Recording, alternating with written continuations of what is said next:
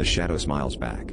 I started seeing the shadow last winter, a flickering shape that clung to my periphery no matter how I turned. My psychiatrist called it a visual hallucination, likely stress-induced. When the new medication arrived, 2 blue pills, twice daily, I was desperate enough to hope. The first night I took them, the shadow didn't disappear. But something else changed. My roommate, Jamie, paused mid-conversation and stared behind me. "Do you see that?" she whispered, her eyes wide and unblinking. I laughed it off, blaming her nerves and my condition, but soon it wasn't just Jamie.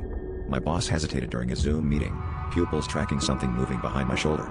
Strangers in the grocery store would step aside as I passed, their gazes fixed on a spot just over my left ear. My world grew quieter, friends stopped inviting me out, and my parents called less. I convinced myself the meds were making me paranoid, that I was projecting my fears onto everyone else. Until, one evening, my phone buzzed with a video from Jamie.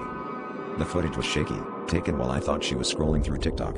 But on the screen, behind my seated form, was a silhouette, tall, impossibly thin, its head cocked at an inhuman angle.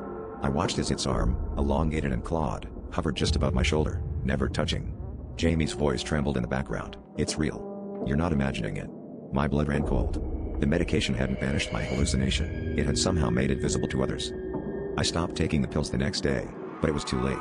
The shadow no longer clung to my periphery, it stood clearly in every mirror, every photograph.